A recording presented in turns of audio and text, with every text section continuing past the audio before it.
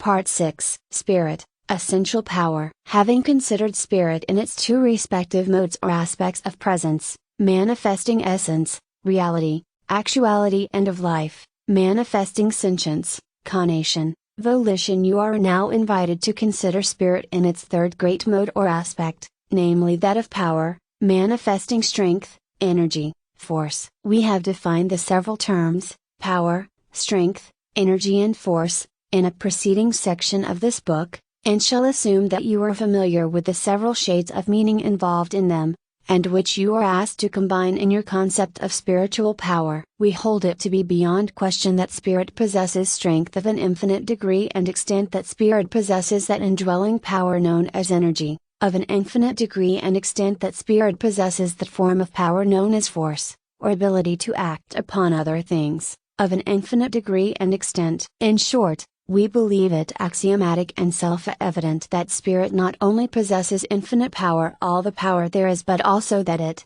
itself, is the very essence of power. This indwelling power of spirit, manifesting as strength, energy and force, is called forth, exerted, and applied by will, and will, you know, is a manifestation of life, which in turn is an aspect or mode of spirit. Accordingly, spiritual power, in a sense, may be regarded and spoken of as will power. In the individual, it is expressed as personal will power. In the cosmos, it is expressed as cosmic will power. In the individual, it is the manifestation and expression of spirit. In the cosmos, it is the manifestation and expression of spirit, the infinite spirit, or the totality of spirit. Hereafter, when we use the term spirit in capital letters, we seek to indicate spirit, the infinite spiritual principle, which is the totality of spirit, the spirit of the cosmos, the world spirit, the universal spirit, as man has been pleased to style it. It has long been the contention of many philosophers,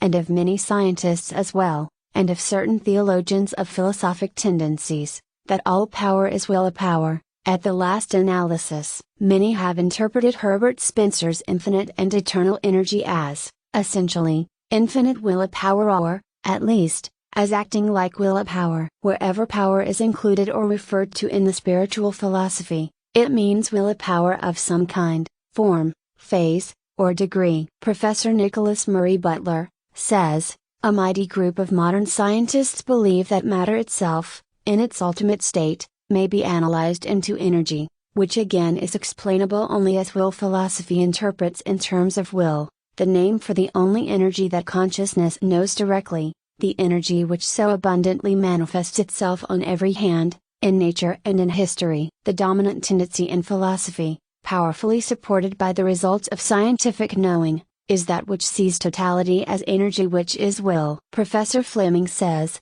in its ultimate essence, energy may be incomprehensible to us except as an exhibition of the direct operation of that which we call mind and will. Professor George Trumbull says, the modern man of science, in his use of the principle of causation, ascribes the event to the action and reaction of various forms of energy. But where does he get his conception of energy? Where his warrant for applying the conception to the behavior of physical things? As those most skillful in psychological analysis are pretty nearly unanimous in holding, the conception comes from his experience with himself as will. His acts of will are often, if not customarily, accompanied with the feeling of effort, and they are followed by important changes in his own bodily organism and in the things which environ him, so far as they are in suitable relations with that organism. Things, so far as they are separate and individual, are endowed by modern science with wills of their own. So far as they influence one another, they are recognized as having a certain regard for each other's wills. So far as they constitute one great system, a universe of things, they are esteemed as being under the control of one will. Other writers and teachers have pointed out the fact that science, under the hypothesis of materialism, is utterly unable to explain and account for the perpetual motion manifested in the cosmos. They hold that under such hypothesis it would follow that the cosmos, at some point in eternity, would come to a standstill, a dead center, a state of being run down like a clock. Likewise, they hold that under that hypothesis it could never have been wound up, or set going. Here theology scores a possible point, with its offer to supply the hand that wound it up, and the finger that set it all going. But philosophy and science have another explanation, namely, that of the operation of an infinite will-power and infinite self-activity which is inexhaustible and self-renewing, and which is capable of changing the direction of its activity under the influence of the living consciousness with which it is associated. Such a cosmic self-activity or will-power, could unwind as well as wind up. It could set all going, keep all going, and change the direction of the going, at will, by its own living will-power. The material energy, or pure force of the new materialism is admittedly a non-living blind force. Just as the old materialism was wont to regard the universe of things as the fortuitous concourse of atoms, fortuitous meaning happening by chance, incidental, accidental concourse meaning a coming together or gathering or meeting, so this non-living blind force must be regarded as a fortuitous process or happening. In either case, the element of chance is involved in the conception. This, notwithstanding that nothing in science is more firmly asserted than that everything proceeds according to law and order, there is no such thing as blind chance. The non-spiritual power conception fails utterly to explain or account for the combining, correlating, coordinating agency discovered to be ever present and ever active in nature. Law, order, and system can result only from the power of living mind and will, and as these are found to be omnipresent in nature, the conclusion that there must be living mind and will present and active in nature's processes is unescapable. Intellect so reports, and intuition positively insists upon its truth. Spiritual philosophy, on the other hand, asserts that all power is will-power, the will-power of the living spirit. Even the purely material forces are regarded by it as phases or forms of this will-power. If the atoms and particles of matter be instilled with the elements of sentience and of will, as Hull and others positively assert, then the aggregations of these atoms and particles must also be so instilled. If the attractions and repulsions of the particles of matter be evidences of likes and dislikes and the response of will thereto, then a like explanation is logical also in the case of the attractions and repulsions of masses of matter. As most of the manifestations of physical power are seen to result from attraction and repulsion of particles or masses of matter, the logical conclusion is obvious. Likewise, the same conclusion is inevitable in the case of the atomic attraction and repulsion which result in chemical affinity, and its opposite, which constitute the reason and cause of chemical processes and changes. That life has force, power, energy, you know from your own observation and experience. You have seen the moving power of growing plants, tree roots, etc. Life via power raises the giant redwood trees far above the ground, using gravitation as a lever, as a something with which to press back or to kick backward. Life via power in the growing tree trunks splits apart solid rock. Life via power in the growing giant a mushroom raises and cracks heavy concrete pavements. All this life via power is living will power. Great thinkers believe that the power of gravitation, and of electricity, and all the other great forms of natural power, are living will power in some form or phase of manifestation and expression. Natural power so interpreted becomes something far more understandable than when interpreted as blind force. You can understand it far better in this way, because it seems so much more like yourself, more in accordance with the life via power manifesting in and by yourself. Self-emotion is explainable in terms and concepts of living will power. In fact, it is explainable and understandable under no other interpretation. As we have seen in the foregoing instruction, the very idea of energy arose in the human mind only because man had first experienced will power present and active in himself. Energy means zena or gena force, these being ideas derived from actual experience with will power. Will power is self-activity, spontaneity, the power within. You send a current of will power to your arm, and it moves. You bend your finger, a most stupendous task, when you come to consider it carefully. The apparent simplicity of the task and your familiarity with it causes you to overlook its significance and importance. You take it for granted, whereas it requires the highest degree and quality of explanation to be really understandable. Only the greatest minds are able to appreciate the almost inconceivable wonder of this small, familiar action. Edison, one of the greatest minds of our times, has shown his appreciation of this fact in his account of his interview with Du Bois-Reymond, another great scientist. Here is Edison's account of it: when I was in Berlin, I'm a Du Bois Raymond. Wagging the end of my finger, I said to him, what is that? He said he didn't know that investigators had been for 2500 years trying to find that out. If anybody could tell him what wagged that finger, the problem of life would be solved. Nature is a perpetual motion machine, and perpetual motion implies a sustaining and impelling force. Nicholas Murray Butler also holds that the perpetual motion of nature is accountable and explainable only under the hypothesis of a cosmic living willpower. Think of what your own willpower does, has done, and can do, then raise that idea of willpower to infinity, and consider whether or not it would then be capable of running the machinery of the cosmos or performing the office of creative power, and of coordinative agent. What does your intellect report? What does your intuition insist upon? Is not this notion clearer and more understandable, more thinkable, more conceivable, more reasonable than is that of this great work being performed by blind non-living power, force, or energy? What is the report of your entire mental and spiritual nature concerning this of your intellectual,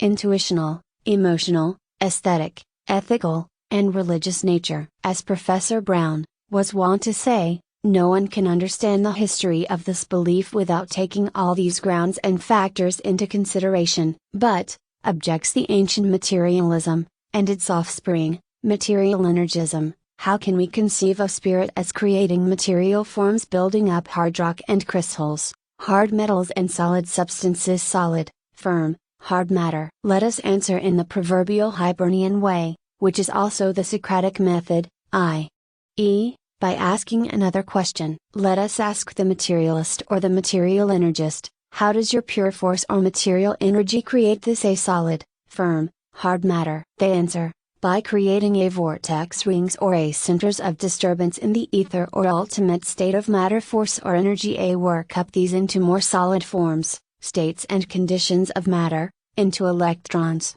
into atoms, into molecules, into masses, into radiant matter, into gases, into fluids, into solids, the difference between which states is merely a matter of degree of vibration and of the relative distances between particles. The hard block of steel is but a congealed gas, or even but a worked up electrons or etheric vortex rings or a centers of disturbance. This is how pure force or material energy creates solid, firm, hard matter. We answer, well, then, in order to simplify the explanation, let us assume that pure spiritual energy, force or power, in its aspect of the infinite willpower of spirit, proceeds just as you claim that pure force or material energy does. Let us assume that this infinite willpower begins its work by creating a vortex rings or a centers of disturbance in the etheric substance, which we assume to be the ultimate state of material substance, then proceeding to work up these into electrons, atoms, molecules, masses, into radiant matter, gases, fluids, solids by means of vibration and mutual and reciprocal attraction and repulsion. Don't you think that our infinite living willpower is quite as capable of performing this work, in just this way, as is your non-living energy and blind force? Don't you think that it might perform it even more easily, and more effectively,